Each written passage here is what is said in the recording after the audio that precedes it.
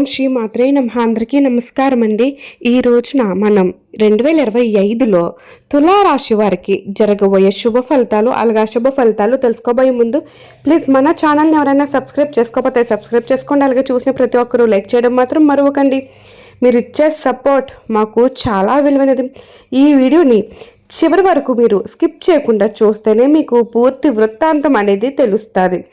తులారాశి వారికి ఈ యొక్క 2025లో మీ కుటుంబ సభ్యులందరికీ అష్టైశ్వర్యాలు కలగాలని, మంచి ఆరోగ్యంగా ఉండాలని, మీరు చేపట్టిన సకల కార్యముల యందు విజయం ప్రాప్తించాలని ఆ భగవంతుని కోరుకుంటున్నాము.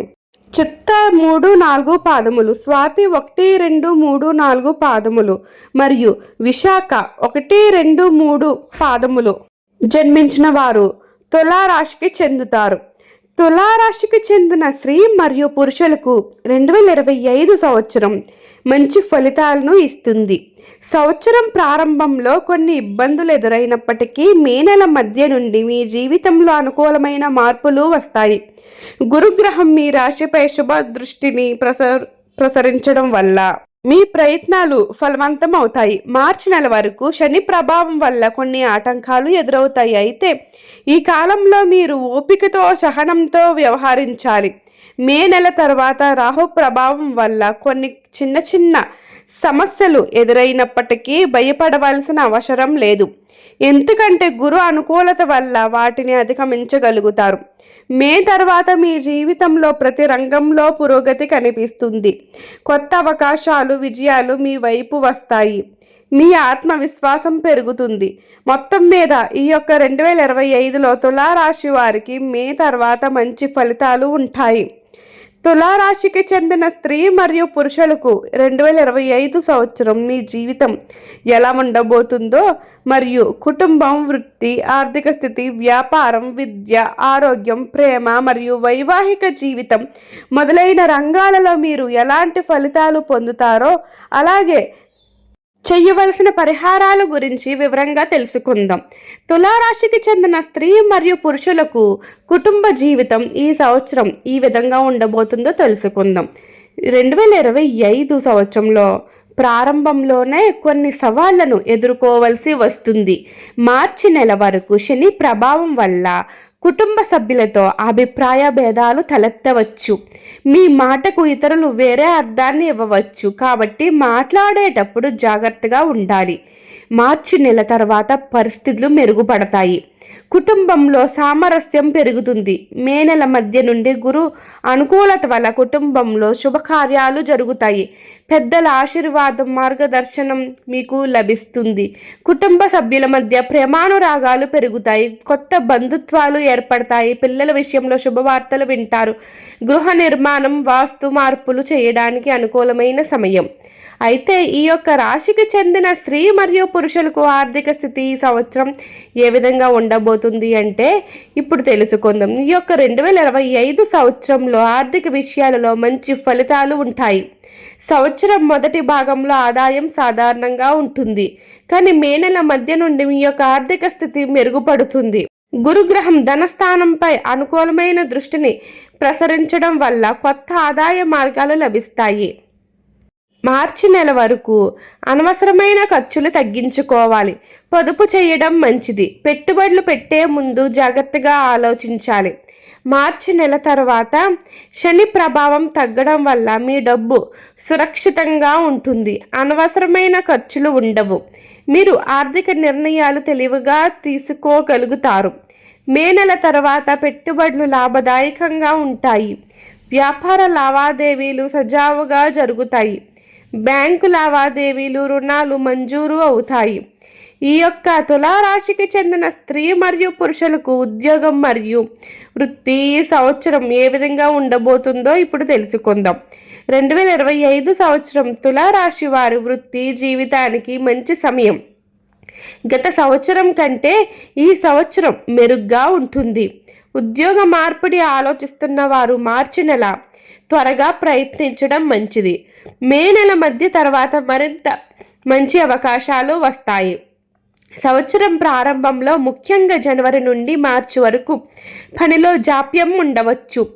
సహోద్యోగులు ప్రత్యర్థులు ఇబ్బందులు పెట్టే అవకాశం ఉంది. మార్చి చివరి నాటికి తగిన స్థానం లభిస్తుంది. మే నెల మధ్య నుండి మీకు పదోన్నతి స్థాన మార్పిడి వంటి మార్పులకు అనుకూలమైన సమయం.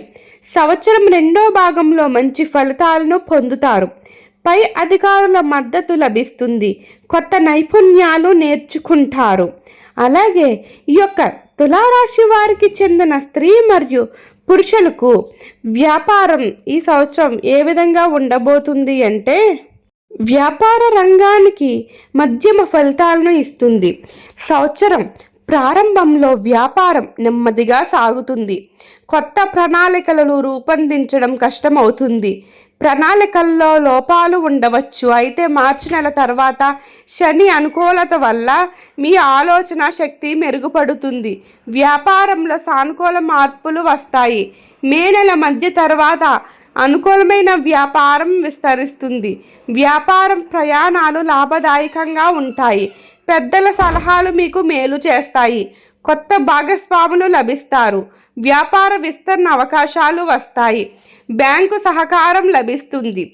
ఈ యొక్క రాశికి చెందిన స్త్రీ మరియు పురుషులకు ప్రయాణాలు మరియు విదేశీ వ్యవహారాలకు ఈ సంవత్సరం ఏ విధంగా ఉండబోతుంది అంటే, ఈ యొక్క విదేశీ యాత్రకు మంచి అవకాశాలు ఉన్నాయి. మే నెల మధ్య తర్వాత విదేశీ ప్రయాణాలు చేసే అవకాశం ఉంది.